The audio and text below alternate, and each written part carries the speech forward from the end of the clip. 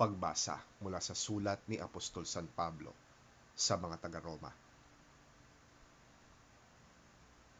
Sapagkat hindi nagbabago ng isip ang Diyos tungkol sa kanyang mga kaloob at pagtawag. Noon, kayong mga hintil ay hindi sumusunod sa Diyos, ngunit ngayon, kayo ay tumanggap ng habag ng Diyos nang sumuway ang mga Hudyo.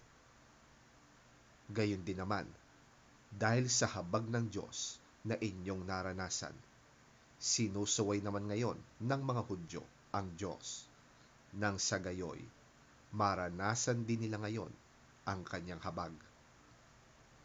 Sapagkat hinayaan ng Diyos na maalipin sa pagsuway ang lahat ng tao upang maipadama niya sa kanila ang kanyang habag.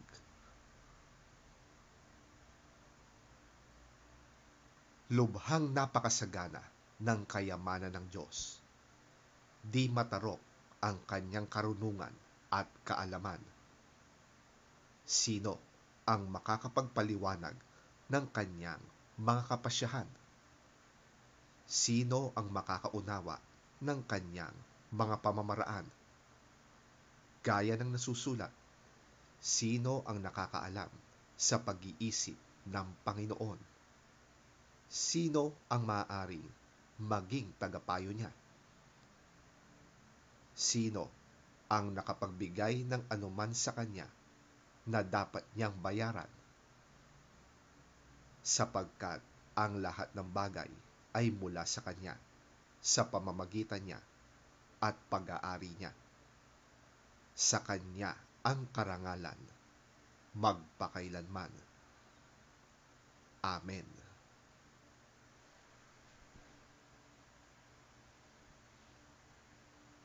Ang salita ng Diyos. Salamat sa Diyos. Ang mabuting balita ng Panginoon ayon kay San Lucas. Papuri sa iyo, Panginoon.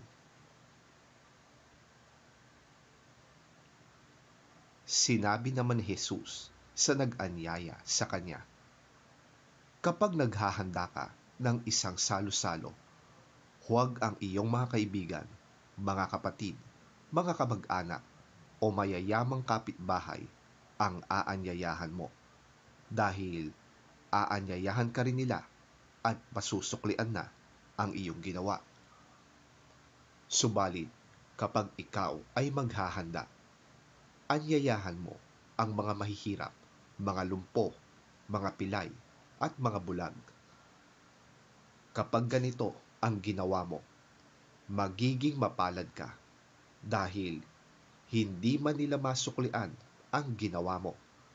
Ang Diyos ang magbibigay sa iyo ng gantimpala sa muling pagkabuhay ng mga banal.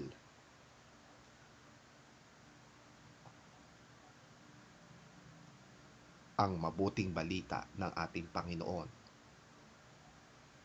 Pinupuri ka namin, Panginoong Hesukristo. Then Jesus said to his host, "When you give a luncheon or dinner, do not invite your friends, your brothers or sisters, your relatives or your rich neighbors. If you do, they may invite you back, and so you will be repaid. But when you give a banquet, invite the poor, the crippled, the lame, the blind, and you will be blessed. Although they cannot repay you, you will be repaid at the resurrection of the righteous."